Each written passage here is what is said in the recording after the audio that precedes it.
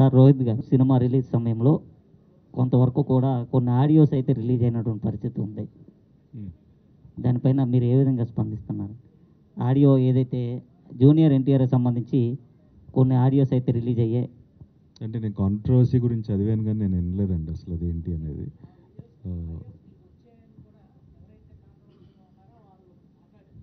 నాకు వచ్చాయి వాళ్ళు చెప్తే సరిపోతుంది. సినీ ఇండస్ట్రీకి వచ్చాయి అనేసి మాత్రం సార్, మీకు వచ్చాయని కాదు, సినీ ఇండస్ట్రీకి అంటే నేను ఆ కాంట్రవర్సీ గురించి విన్నాను తప్ప నేను అసలు ఆడియో క్లిప్ ఏంటనేది నేను వినలేదండి.